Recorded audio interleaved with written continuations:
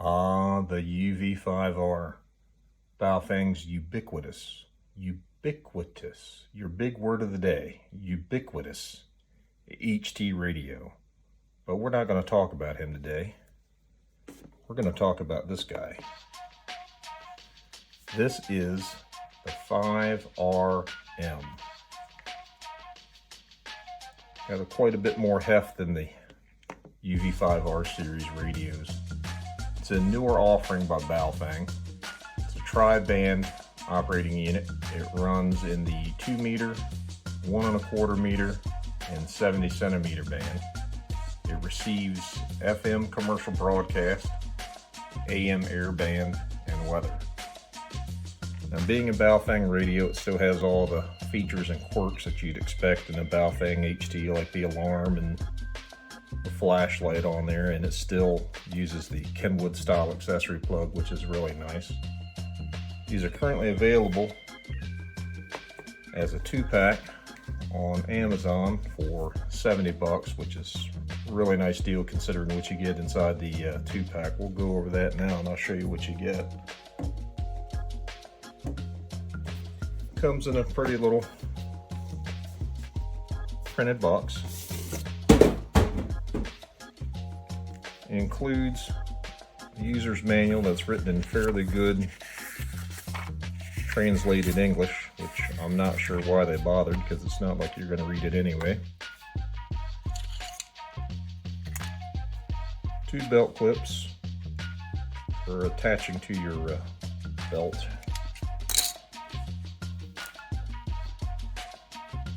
The Baofeng wrist strap. Those probably end up in the trash. And last but not least, these guys. The earpiece microphone combination. These are shit. One thing they changed up on here that I really like though is the charging arrangement. Instead of the wall wart hanging off the wall, you have an AC direct plug that is hardwired right into the charger. It's a decent charge time. You can charge the radio in here with a battery in it. You can also charge the batteries independently. And something else that is really cool that they've done on this, they've included USB-C charging. Get the damn thing open. Right there on the back.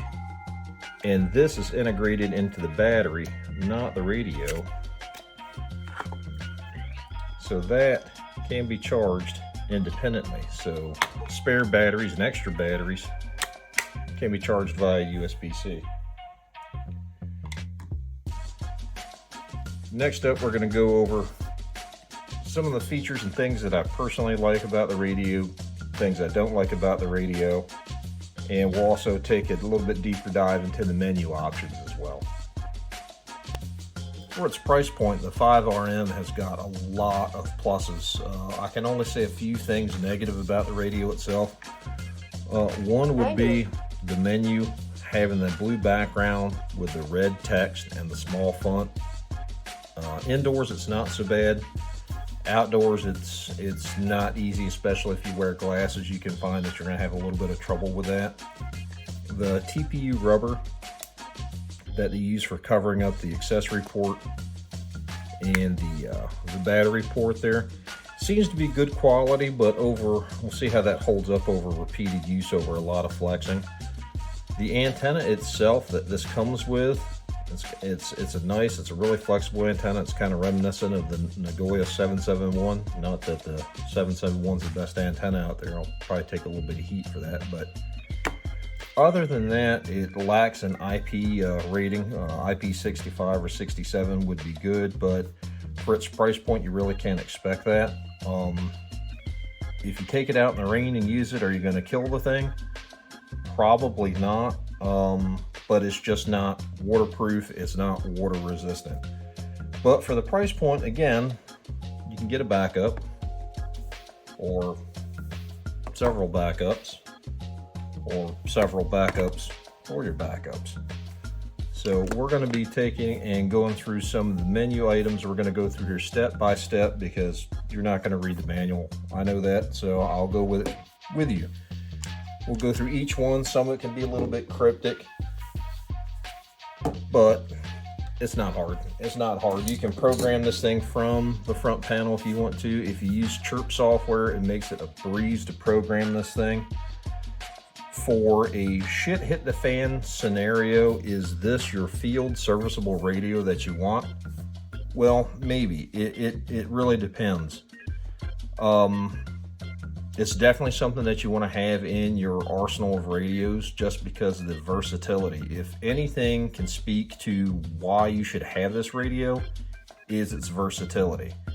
You get everything that you would expect from your UV5R series, but in the 5RM package, you also get airband, and you also get that 220 megahertz band that gives you some extra versatility with it. It's wonderful that, and if you pair this with the right antenna, you can get some pretty good distance out of that. A lot of people ask, well, how far can you talk on it?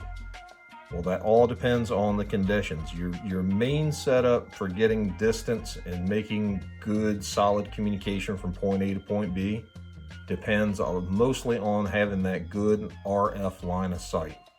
The higher you get with a better tuned antenna, the better performance you're going to get. That's just with the frequencies, with the VHF and UHF frequencies. So let's take a look at the menu items and see where we go.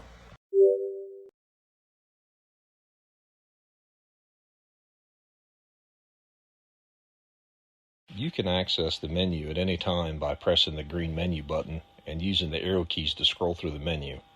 Or you can use the numeric keypad as shortcut keys by entering the item number in. First up, we're going to look at menu item number 0, which is squelch. A lower squelch can help you hear weaker signals, but it can also help you hear interference. If you have interference on a frequency or channel, raising the squelch up can help mute that out. But just be mindful that with a higher squelch, you will take it and lose the ability to hear weaker signals. Next we have ABR. This is menu item number 6. This is the timeout on the menu screen. I set mine to 20 seconds, which is the max. This, however, can diminish your battery life somewhat, so keep that in mind. Menu item number 2, TXP, is transmit power. The 5RM is a tri-power radio and has low, medium, and high.